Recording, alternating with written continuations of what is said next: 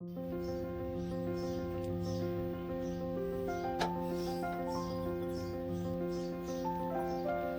Morning అండి.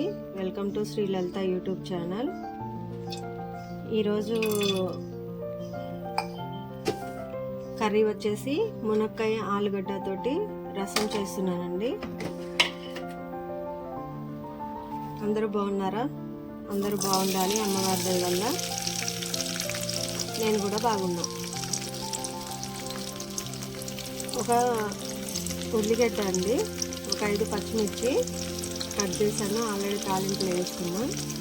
ఒక 2 టమాటా, ఆలుగడ్డ ఒకటి, ఒక 2 మునక్కాయలు కట్ చేసి పక్కన పెట్టుకున్నాను. కొంచెం చింతపండు కూడా నానబెట్టి పక్కన పెట్టుకున్నానండి. కొంచెం జీలకర్ర అండి, టమాటా ముక్కలు వేసుకున్నాను. ఉల్లిగడ్డను పచ్చిమిర్చి మరీ బాగా ఫ్రై కావద్దండి, మనం పెట్టుకునే రసం కాబట్టి.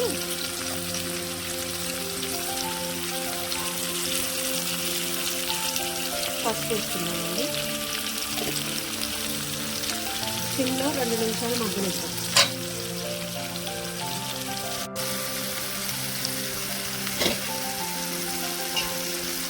ఆలుగడ్డ ముక్కలు వేసుకున్నామండి.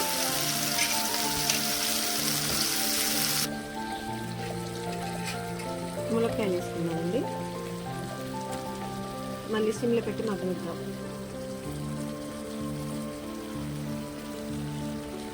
కారం వేద్దామండి, కొంచెం సాల్ట్ ఇప్పుడే వేయొద్దండి, ఎందుకంటే మునక్కాయ ఉడకదు. కొంచెం ఒక 2 నిమిషాలు ఉడికిన తర్వాత సాల్ట్ కూడా వేసి చింతపండు వేద్దాం. చింతపండు పిసికి పోసానండి. అవి ఇంత పోసుకుంటే చాలండి, ఇది కొంచెం దగ్గరికి అవుతుంది. ఇటు సమ్మర్ కదండి, ఇట్లా రోజు ఏదో ఒక రసం చేసుకొని దీని పక్కన ఏదైనా ఒక కర్రీ సరిపోతుంది. ఇలా మూత పెట్టి సిమ్లోనే పెట్టి ఉడకనిద్దామండి. కొంచెం సాల్ట్ వేసుకుందామండి.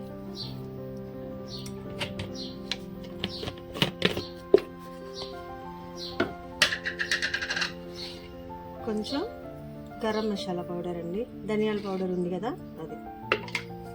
ఎక్కువ వేసుకోవద్దండి, సమ్మర్ కదా, కొంచెం ఏదో ఫ్లేవర్ టేస్టీ కోసం. సమ్మర్లో మసాలాలు తినొద్దండి.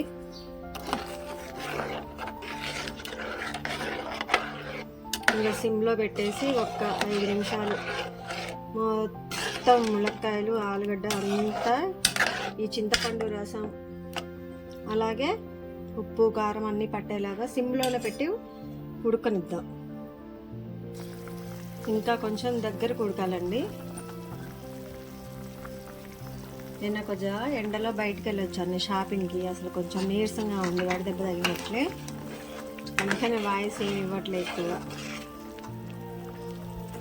ఇంకా 2 నిమిషాలు అయితే ఆలుగడ్డ మొత్తం అన్నీ ఉడుకుతాయండి. చూసారా, మునక్కాయ కూడా విడిపోలే. ఇట్లా మంచిగా సిమ్లో పెట్టి ఉడకబెట్టుకుంటేనండి ఈ హోల్స్లో ఉంచి రసం అనేది మునక్కాయల్లోకి కూడా పోయి బాగుంటుందండి.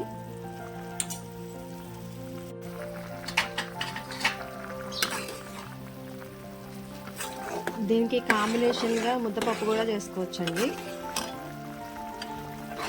రోజు పప్పులో టమాటా, పచ్చిమిర్చి లేదా ఆకుకూరల కంటే కూడా ఇప్పుడు సమ్మర్ కదా, ముద్దపప్పు చేసి ఇలా చారు పెట్టుకోవచ్చు.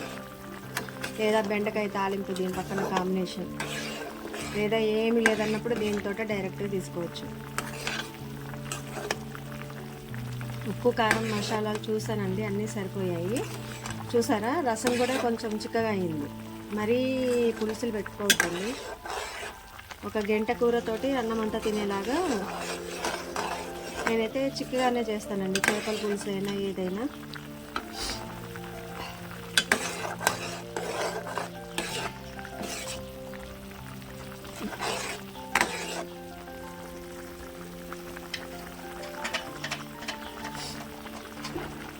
టేస్టీ మునక్కాయ ఆలుగడ్డ రసం రెడీ అండి. దీంట్లో ఎగ్స్ కూడా ఉడకబెట్టి వేసుకోవచ్చు. కాకపోతే ఈరోజు ఫ్రైడే కాబట్టి, నేను ఫ్రైడే సాటర్డే నాన్ వెజ్ తిన్నాను కాబట్టి ఓన్లీ ఒక సండేనే తింటానండి, మిగతా టైం అంతా వెజిటేరియన్ ఫుడ్డే. స్టవ్ ఆఫ్ చేసుకొని కర్రీ వేరే బౌల్లోకి సర్వ్ చేసుకుందాం. కొంచెం మెంతికూర అండి, బాగుంటుంది.